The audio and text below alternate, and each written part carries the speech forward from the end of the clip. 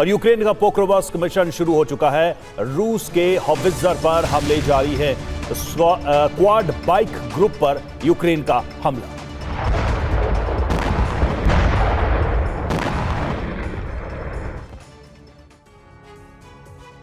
Trump के साथ शांति वार्ता करके लौटे ज़ेलेंस्की ने दो बड़ी गलतियां कर दी हैं।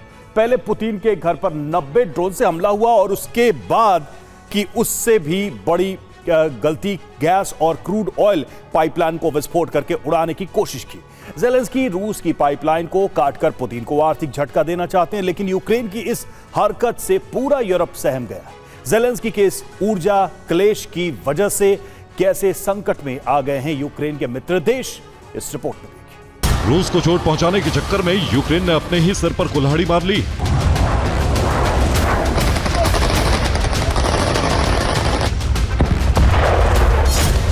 एक ही दिन में यूक्रेन ने दो ऐसी गलतियां की जिनसे पूरी दुनिया में उसके खिलाफ माहौल बनने लगा है। पहली गलती, राष्ट्रपति पुतिन के राजकीय आवास पर 90 से ज्यादा ड्रोन से हमला। दूसरी और इससे भी बड़ी गलती, यूरोप की लाइफलाइन रूस की द्रुजबा पाइपलाइन पर हमला।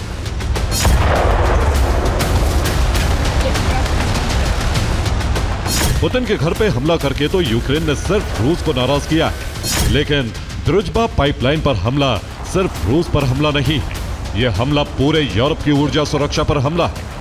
यही वजह है कि अंतर्राष्ट्रीय बिरादरी अब यूक्रेन से किनारा करती दिख रही है।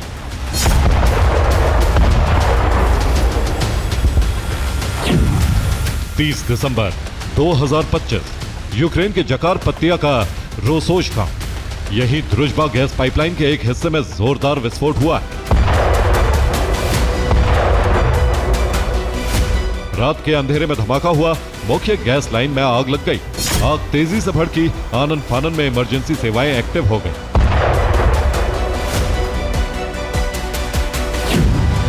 सुबह 5:29 पर अलार्म साउंड हुआ। इसके बाद पाइपलाइन के गैस वाल्व बंद किए गए। गैस सप्लाई पूरी तरह रुकी, तब जाकर आग पर काबू हो सका।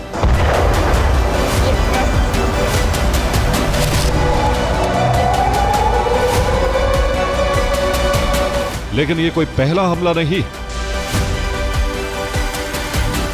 तेल और गैस के व्यापार से रूस को होने वाली कमाई को रोकने के लिए बीते कुछ महीनों में यूक्रेन ने कई बार द्रुजबा पाइपलाइन को निशाना बनाया।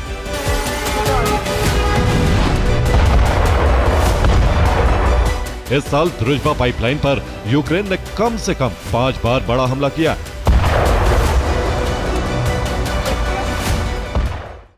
और साल 2025 में द्रुजबा पाइपलाइन पर पहला बड़ा हमला मार्च के महीने में हुआ था। गैस पाइपलाइन में रुकावट की वजह से यूरोप की तेल और गैस की सप्लाई प्रभावित हो गई थी। इसके बाद दूसरा बड़ा हमला 12 अगस्त को ब्रयांस्क के उनेजा जंक्शन के पास हुआ। यहां ड्रोन से हमला हुआ और पाइपलाइन में आग लग गई।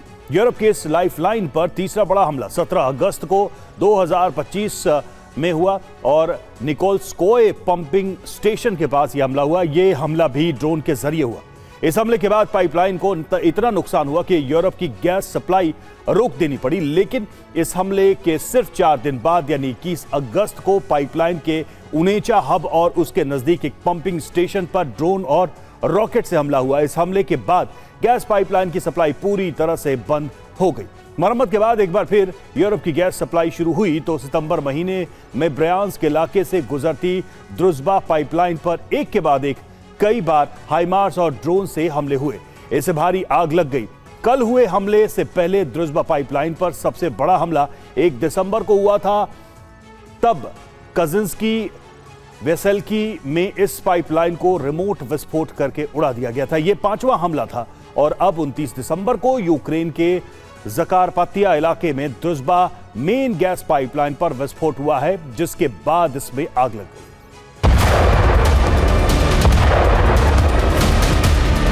यानी साल 2025 में छठी बार और सिर्फ दिसंबर महीने में ही ये दूसरी बार है जब यूक्रेन ने द्रुजबा पाइपलाइन को टारगेट किया है।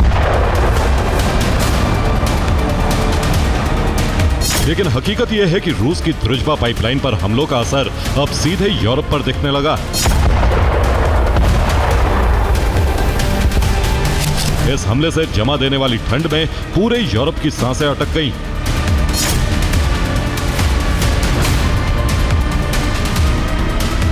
ड्रुजबा कोई साधारण पाइपलाइन नहीं, यह 58 साल पुरानी पाइपलाइन है, यानी ये सोवियत दौर की विरासत। ये रूस के तेल निर्यात की रीढ़ है। यूरोप के कई देशों की ऊर्जा इसी पर टिकी है। पोलैंड, जर्मनी, हंगरी, स्लोवाकिया की कई रिफाइनरियां इसी पर निर्भर है। यूरोप की 15 रिफाइनरियों को इसी लाइन से कच्चा तेल पहुंचता है। यूरोप में रूस तेल और गैस की सबसे ज्यादा सप्लाई ड्रुजबा पाइपलाइन से ही होती है। हंगरी की जरूरत का 60% कच्चा तेल इसी लाइन से पहुंचता है। इसीलिए यूक्रेन के हमलों से हंगरी नाराज है। इसीलिए अब यूरोप के कई देश यूक्रेन पर भड़के हुए हैं, क्योंकि चोट सिर्फ रूस को नहीं लगी, चोट यूक्रेन के अपने दोस्तों को भी लगी।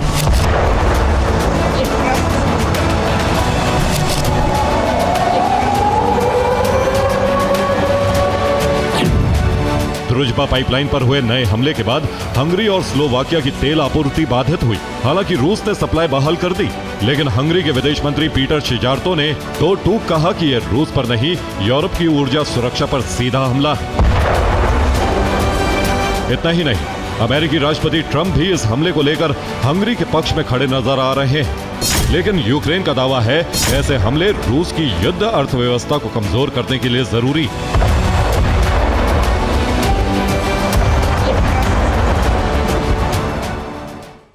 और ड्रुजबा दुनिया की सबसे लंबी तेल पाइपलाइन में एक है, जिसकी कुल लंबाई लगभग 5,500 किलोमीटर है और इसकी क्रूड ऑयल लाइन 4,000 किलोमीटर से ज्यादा लंबी है। ड्रुजबा क्रूड ऑयल पाइपलाइन रूस के अल्तमेयेव्स से शुरू होती है और यहां से बेलारूस, यूक्रेन, हंगरी, स्लोवाकिया, चेक रिपब्लिक, पोलैंड, जर्मनी, सर्बिया और क्रोएशिया तक कच्चा तेल पहुंचता है। ड्रुजबा क्रूड ऑयल पाइपलाइन 58 साल पहले सोवियत रूस के वक्त यूरोप के इन देशों में क्रूड ऑयल की डायरेक्ट सप्लाई करने के लिए बनाई गई थी।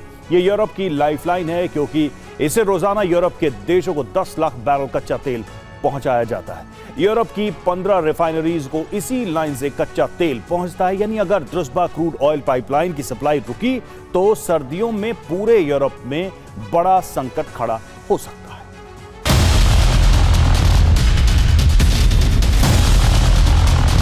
यूक्रेन को सबसे बड़ा झटका यह लगा है कि अब ट्रंप का पीस प्लान पटरी से उतरता हुआ दिख रहा है।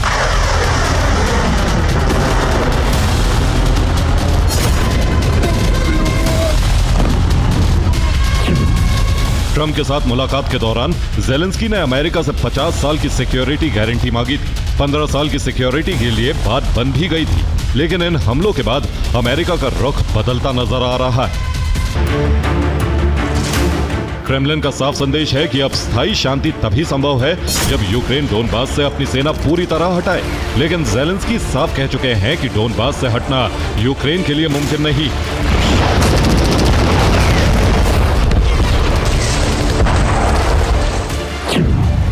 इससे पहले युद्ध विराम के लिए पुतिन और ट्रंप की 2 बार बात हो चुकी, लेकिन ट्रंप और ज़ेलेंस्की के बीच हुई बातचीत के तुरंत बाद पुतिन के आवास और ड्रुजबा पर हमले किए गए। इसीलिए रूस ने साफ कह दिया है कि अब सीज फायर नहीं होगा।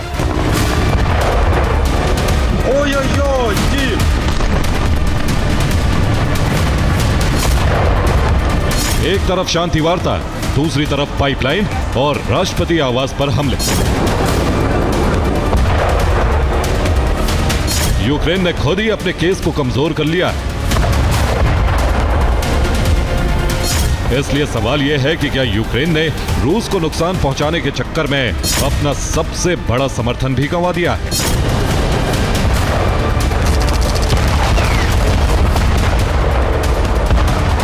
Bureau report, TV9, Bharatvarsh.